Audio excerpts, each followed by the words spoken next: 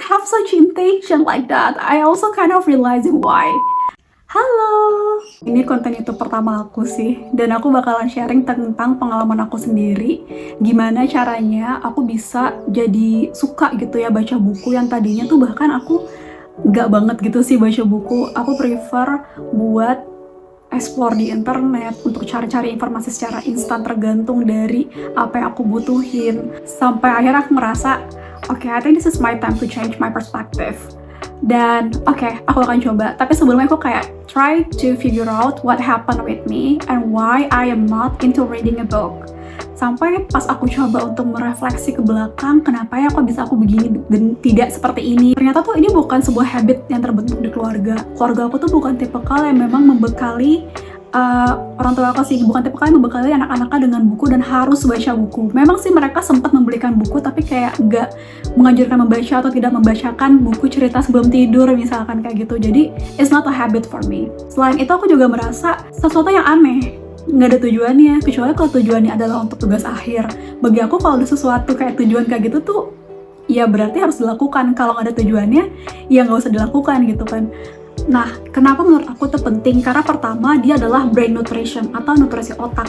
Karena bagaimanapun juga dia akan bisa mengupgrade pengetahuan kita. Banyak terminologi baru ataupun analogi baru yang kemudian baru dipahami setelah kita membaca buku. Emang buku itu bukan sesuatu yang sifatnya pointers, sesuatu yang kita cari ada di sana dijelaskan dan that's it, not. Dari buku sebenarnya aku belajar untuk memahami dan menghargai sebuah proses.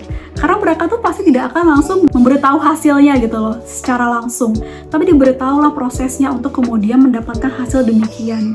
Kayak contoh lah buku-buku yang gampang kayak buku petualangan. Itu kan nggak mungkin tiba-tiba mereka berhasil mengalahkan musuh. Tapi kan sana ada prosesnya di mana mereka proses pencarian jati diri, proses aktualisasi diri, proses menemukan teman-teman, menemukan jalan, menemukan solusi, mengatur strategi, sampai kemudian bisa mengalahkan musuh. Itu kan ada prosesnya di sana. Jadi dari buku ini juga somehow aku belajar untuk bisa lebih mengatur ekspektasi dan juga kosakata sih saat berbicara ke teman-teman sekitar, atau misalkan lagi ngobrol atau lagi brainstorm. Aku benar-benar aku harus merubah gaya hidup aku dan cara berpikir aku, perspektif aku untuk rubah buku menjadi sebuah proses, bukan sebuah hasil instan yang ingin aku cari.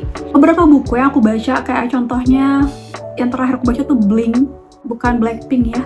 Pokoknya ini bukunya berbicara tentang banyak banget hasil studi atau riset yang dipelajari oleh Malcolm Gladwell, itu which is penulisnya, yang diceritakan sedemikian rupa di mana ini merupakan sebuah proses panjang yang dijadikan sebuah cerita, sebuah journey, sebuah narasi, sebuah pengetahuan yang disajikan dalam bentuk buku.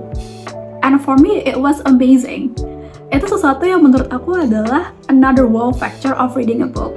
Karena aku pribadi sebagai pembaca, aku bisa menangkap hasil riset berkepanjangan, sesuatu yang kompleks, atau bahkan hasil dari kehidupan orang setelah atau selama beberapa tahun, itu bisa diringkas dalam satu buku yang mungkin halamannya cuma 200-an atau 300-an halaman.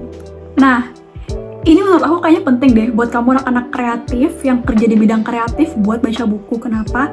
Karena ini bakalan memperkaya imajinasi kalian.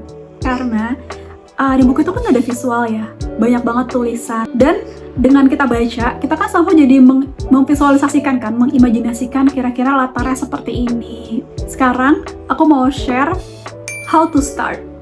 Read what I like. Jadi I'm not forcing myself to go beyond. Kayak reading something related with scientific stuffs are cool, but I don't think I am into it. Jadi karena aku merasa aku suka berimajinasi, aku suka adventure stories. Terus menurut aku yang kedua, create your support system. How? Make sure lingkungan kamu yang cukup convenient untuk mensupport hal baru yang mau kamu tekuni ini. Oh, sama ini. Aku juga ngelakuin ini sih. Jadi, aku suka nonton review buku.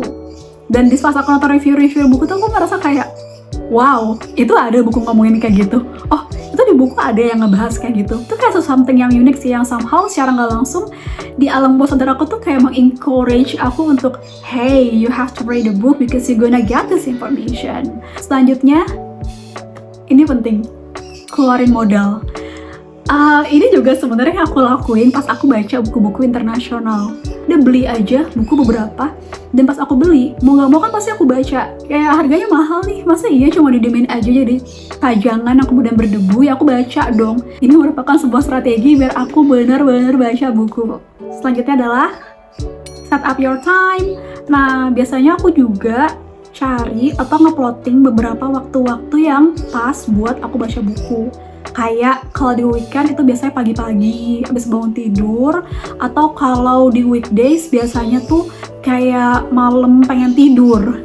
By the way, thank you so much for listening, thank you so much for staying here. I really appreciate your time while you are watching into my very first video on my YouTube channel, and I'm really looking forward for another episode to share with you all. And I do really hope that you enjoy all the talks. Any suggestions, questions, or comment, feel free to reach me out here. Thank you so much. Bye.